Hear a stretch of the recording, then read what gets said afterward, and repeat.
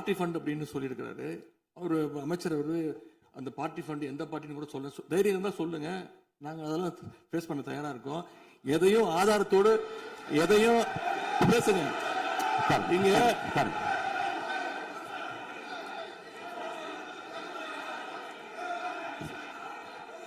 அது மாதிரி பேரவைத் தலைவர் அவர்களே, நேற்று நான் பேசி முடிஞ்சோடனே நீங்க அவை முடிஞ்சிருச்சுன்னு சொல்லிட்டீங்க. நாங்களாம் வீட்டுக்கு போயிட்டோம். வீட்டுக்கு போய் டிவி போட்டு பார்த்தா அங்க இன்னொரு அமைச்சர் இன்னும் பதில் சொல்லிட்டே இருந்திருக்கிறாரு. அதற்கெல்லாம் நாங்க இப்ப என்ன பதில் இது, என்ன மரபு இது? நீங்க போய் பேசிக்கிட்டே இருப்பீங்களா? நாங்க அதை பார்த்துக்கிட்டே இருக்கணுமா? அதே மாதிரி இன்னைக்கு முதலமைச்சர் அவர்கள் பேசும்போது நாங்களும் அமைதியாக கேட்டுட்டு தான் இருந்தோம். ஆனா சில கருத்துக்கள் அவர் பேசும்போது அதை நாங்கள் அனுமதிக்க முடியாது. ஆதாரத்தோடு ஏதாவது பேசணும்னா, குற்றச்சாட்டுகள் சொல்லும் போது ஆதாரத்தோடு சொன்னீங்கன்னா அதை நாங்க ப்ரூவ் பண்றதுக்கு தயாராக இருக்கு. மாண்புமிகு உறுப்பினர் அவர்கள் இருங்க. நேற்று மாண்புமிகு எதிர்க்கட்சி தலைவர்கள் பேசியதும் மாண்புமிகு பொதுப்பணித் தலைவர்கள் பேசியதும் ஆதாரம் இல்லாமல் பேசக்கூடாது என்று நான் சொன்னேன். ஆய்வு செய்து டாஸ்மாக் மாதிரியே பல டிபார்ட்மெண்ட்லயும் மறுபடியும் சொல்றேன், கட்சி நிதின்ற பேர்ல அடிச்ச கொள்ளைய ஒன்னா கவர்மெண்டோட கஜானாக்குள்ளேயே கொண்டு சேர்த்துக்கிட்டே இருக்கிறாங்க. இப்பவும் சொல்றேன், மக்கள் பணத்துல இருந்து ஒரு பைசா கூட தொடமாட்டோம், தொடவும் விடமாட்டோம், தொட்டா விடமாட்டோம், இதுக்கு முன்னாடி தொட்டவங்களையும் விடமாட்டோம்.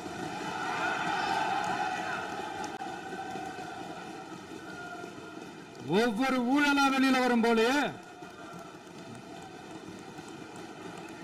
ஒவ்வொரு வேஷமா கலைஞ்சிரும் போல இங்க இருக்கிற நிறைய பேரு நடுங்கி போய்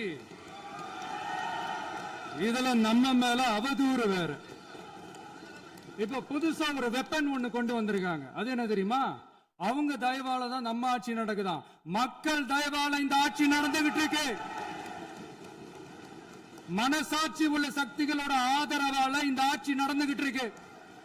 நாங்க தான் அனுப்பி வச்சோம் அப்படின்றாங்களே. அனுப்பி வச்சவங்களுக்கு மினிஸ்ட்ரியில இடம் கொடுத்தா ஏன் கதறீங்க? ஏன் இவ்வளவு கோவம்? ஏன் இவ்வளவு கதறல்ஸ்?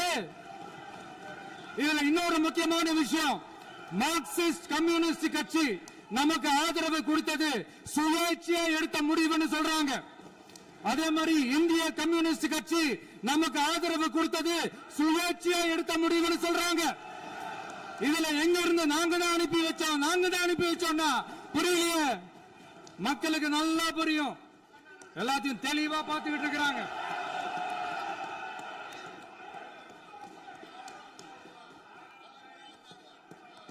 முதலமைச்சர் கண்டிப்பாக பண்ணலாம். மாண்பு முதலமைச்சர்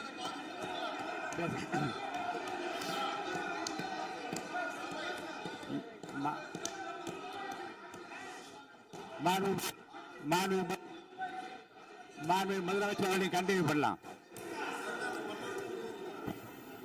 நீ கண்டினியூ பண்ணலாம்.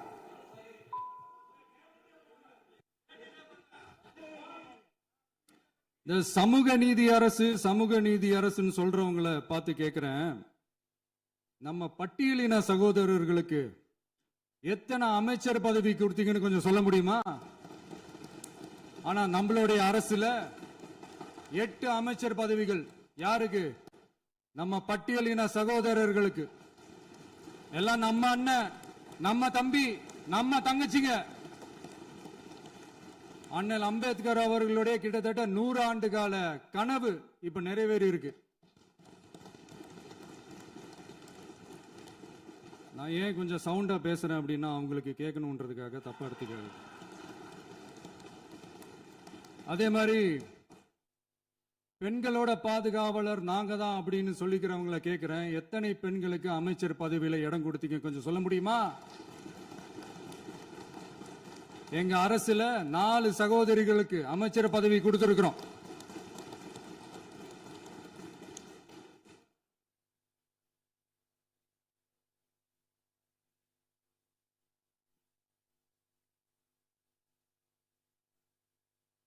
அதனால மக்களால் நிராகரிக்கப்பட்டு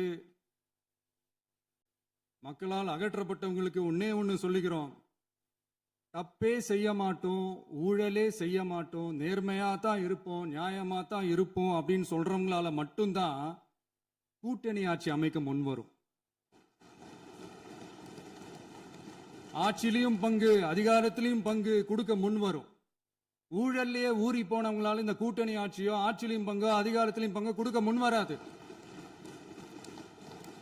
மெஜாரிட்டி இருந்தாலும் தரமாட்டாங்க, மெஜாரிட்டி இல்லைனாலும் தரமாட்டாங்க. கேட்டா ரெடிமேடா ஒரு பதில் ஒண்ணு வச்சிருப்பாங்க, கூட்டணி ஆட்சியை மக்கள் விரும்ப மாட்டாங்கன்னு. அதே மக்கள் தான் இப்ப அவங்கள பார்த்து சிரிக்கிறாங்க. நான் பதவியேற்ற அன்னைக்கு கொஞ்சம் டைம் அவகாசம் கேட்டேன். எதுக்கு கேட்டேன்? நிதி நிலைமைலாம் கொஞ்சம் மோசமா இருக்குது, அதெல்லாம் கொஞ்சம் சரி செஞ்சுக்கிட்டு படிப்படியா கொஞ்சம் கொஞ்சமா நான் கொடுத்த வாக்குறுதிகள்லாம் செயல்படுத்துவேன், அதுக்காக கொஞ்சம் டைம் அவகாசம் கேட்டேன். நான் ஏதோ வேற எதுக்காகவோ வேற யாருக்காகவோ ஏதோ அவகாசம் கேட்ட மாதிரி. அடுத்து இங்க சபையில இல்லாதவங்களை பத்தி பேச வேண்டாம்னு நினைக்கிறேன்.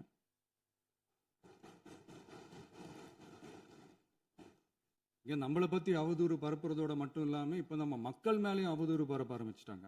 மக்கள் நமக்கு ஓட்டு போட்டது தப்பான், குடும்பம் குடும்பமா நமக்கு ஆதரிச்சது தப்பான்.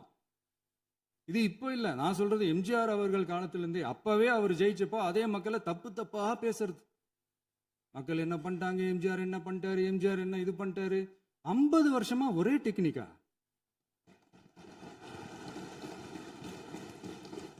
டெக்னாலஜி எல்லாம் மாறி வேற எங்கேயோ போயிட்டு இருக்கு பஸ். இதுல கொஞ்சம் டெக்னிக்காச்சும் கொஞ்சம் மாத்தினா கொஞ்சம் நல்லா இருக்கும்.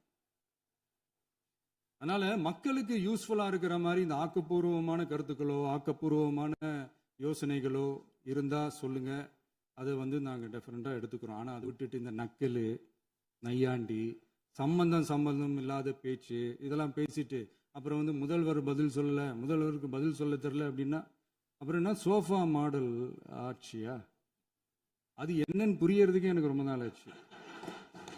இந்த sofa set, table chair, teapoy, furniture பிசினஸ்லாம் வேற எங்க வெளியில போய் பண்ண சொல்லுங்க.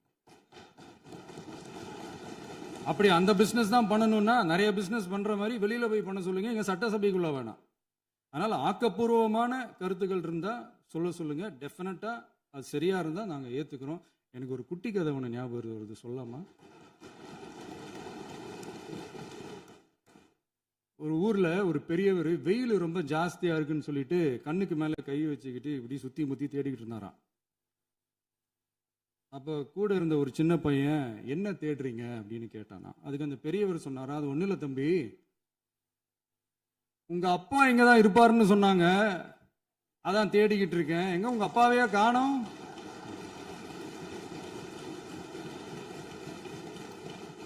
இல்ல அந்த எங்களுக்கும் நக்கலா நையாண்டியா சம்பந்தம் இல்லாத குட்டி கதை இதெல்லாம் எங்களுக்கும் பேச தெரியும். அந்த கதையில பெரியவர் அப்படி சொன்னாராம், தப்பா எடுத்துக்காதீங்க. அந்த கதையில பெரியவர் அப்படி கேட்டாராம். அதனால யாரும் இங்க டென்ஷன் ஆக வேணாம்.